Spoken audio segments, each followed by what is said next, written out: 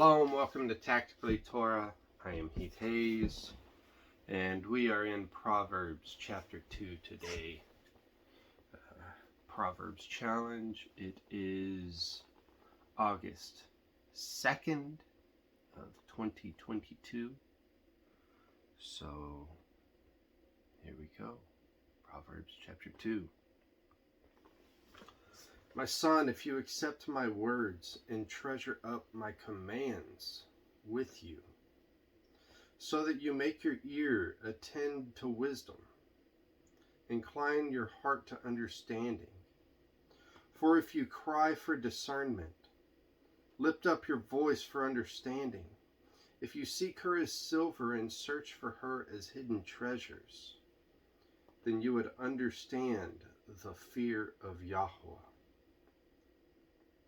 and find the knowledge of Elohim, for Yahweh gives wisdom. So when it's giving the pronouns of her, it's speaking of wisdom and understanding as a woman. We should seek out wisdom and discernment and understanding as if we were seeking a woman or pursuing a female, right? Or as a man would pursue a female. So there's that.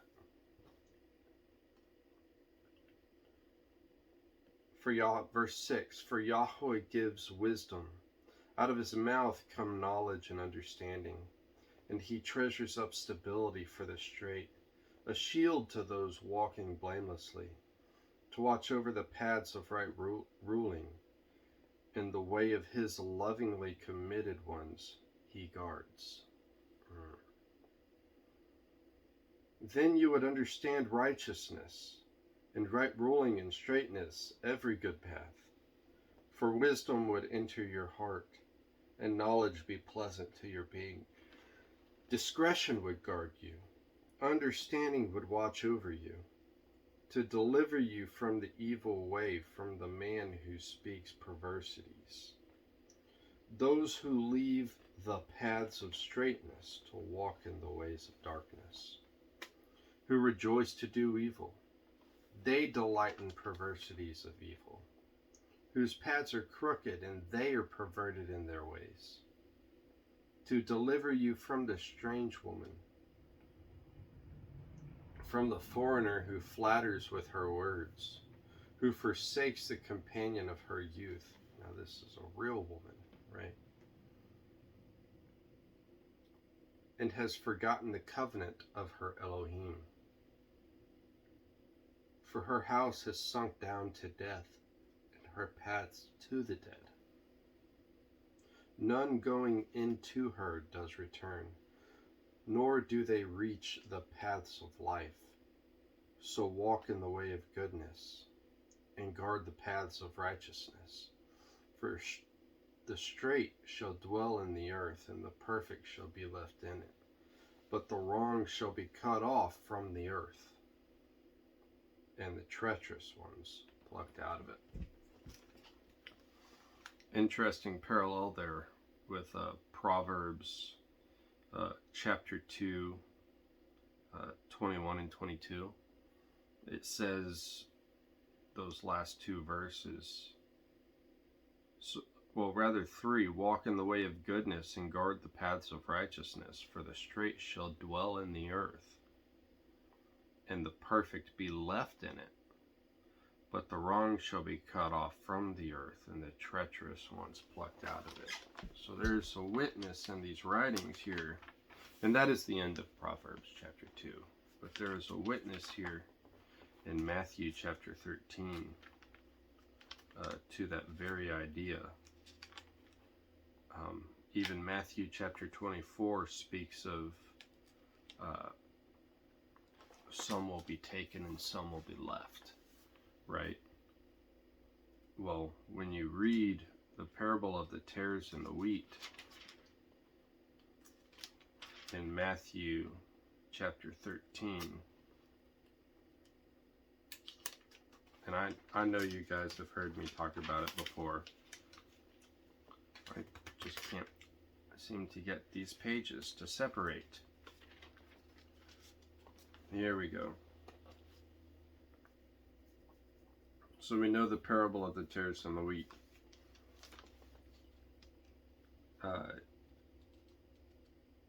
So the disciples, they ask Yeshua, hey, explain to us that parable. We need to understand that. And then he says, Matthew 13, verse 37, he who is sowing good seed is the son of Adam. In the field is the world, and the good seed are the sons of the rain. The sons of the rain, those who will live throughout that millennial kingdom of Yeshua. So when you see reign, that's what you need to be thinking of, is the millennial kingdom that is coming to be established by Yeshua. But the darnel are the sons of the wicked one, meaning they're growing together. You have the wheat and the darnel, they're growing together. And the enemy who sowed them is the devil. The enemy, the devil, sowed the darnel, or the wicked ones, to grow with the wheat.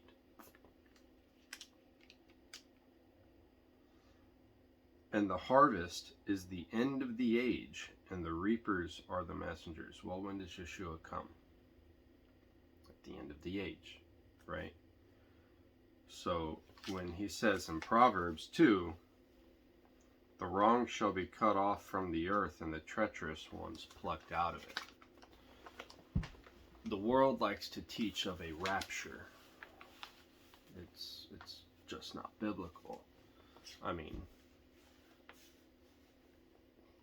we want to sit here and say that, oh, well, the righteous are taken out of the earth and we don't have to endure this anymore. Well, if that's the case, what's the point of the earth being made new? You know, oh, well, we're going to come back to it. Well, there's nothing that even remotely says that throughout Scripture at all.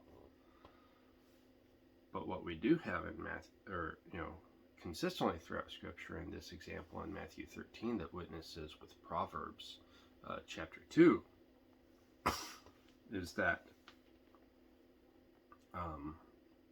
the harvest is the end of the age in verse 39, and the reapers are the messengers.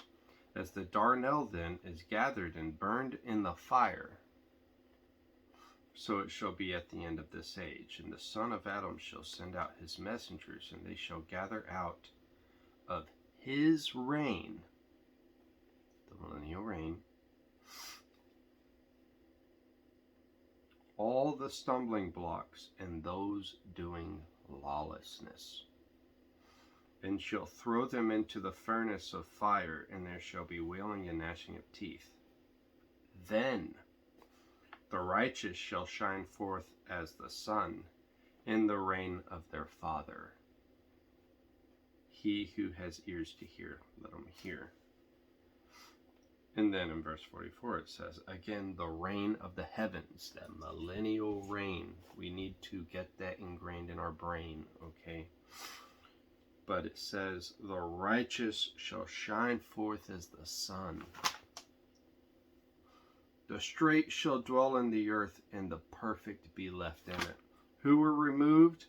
All the stumbling blocks and those doing lawlessness. The righteous are left to shine forth like the sun. The perfect are left in it.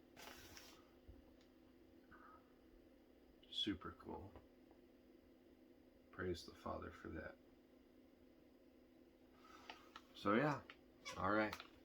That's a little bit from Proverbs chapter 2. I hope you guys get it. Bless you.